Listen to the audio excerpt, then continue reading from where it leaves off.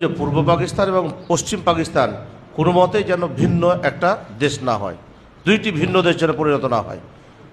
26শে মার্চে যে আন্দোলন, অনেকেই আমাদের মধ্যে কিন্তু ভুল বোঝাবুঝির কারণে বলে যে জামাত ইসলামে ভুল করেছে। না, ভুল করেনি।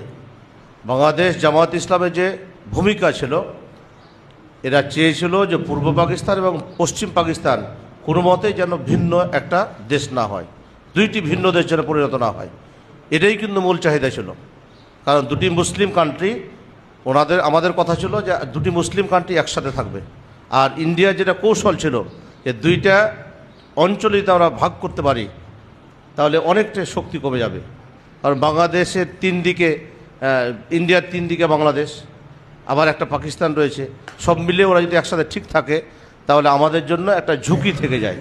এই জন্য যে কোনো মূল্যে তারা এই বাংলাদেশকে দুইটি অংশে বিভক্ত করার জন্য প্রচেষ্টা চালিয়েছে। কিন্তু এটা বাংলাদেশ জামাত ইসলামের নেতৃবৃন্দরা চায়নি। এটা যারা বুদ্ধিজীবী তারা কিন্তু ঠিকই বুঝতে পেরেছিল। এখনও যারা জ্ঞানী গুণী ব্যক্তি, ইউনিভার্সিটির টিচার এবং বুদ্ধিজীবী যারা গবেষণা করে, তারা কিন্তু এ কথাই বলে যে বাংলাদেশ জামাত ইসলামের সত্যিকার অর্থে কোনো স্বাধীনতা যুদ্ধের বিরোধিতা করেনি। যেটা ছিল যে যাতে করে